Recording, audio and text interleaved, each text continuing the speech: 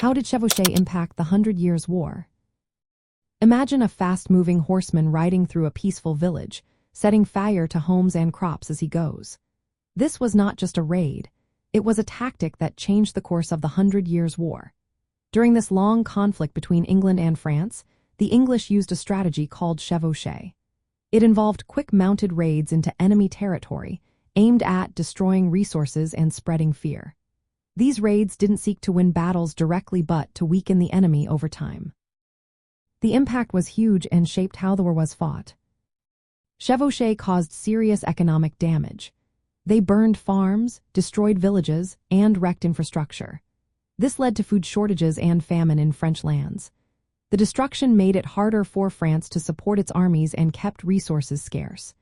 It also hit the local nobility's power because their wealth and influence depended on land and crops. When these were destroyed, their control weakened, and the French were effort suffered. Psychologically, Chevauchée were terrifying. They made rural people afraid to farm or stay in their villages. Refugees fled to fortified towns, which became crowded and hard to defend. This fear and chaos lowered the confidence of the French people in their leaders' ability to protect them.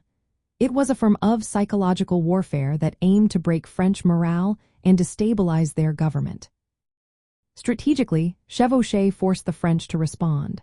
They had to send troops to defend multiple areas, often dispersing their forces.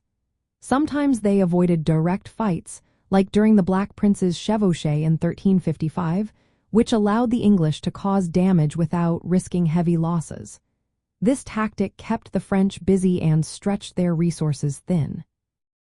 The Chevauchée also showed how cavalry raids could be used as a form of attrition warfare. Instead of fighting in big battles all the time, the English focused on weakening their enemies economically and psychologically. This was a new way of fighting that influenced future military strategies. English commanders, especially Edward, the Black Prince, became experts at leading these raids deep into French territory, sometimes hundreds of miles away from their own land. Even though Chevauchée didn't usually lead to land gains, they made the war longer and more exhausting for France. The constant destruction drained French resources and morale. Over time, new weapons like artillery and better infantry tactics made Chevauchée less effective, and they gradually fell out of favor by the late 14th century. In the end, Chevauchée left a lasting mark on the Hundred Years' War. They were a brutal but effective way to weaken an enemy without fighting traditional battles. They forced the French to adapt and changed how medieval warfare was fought.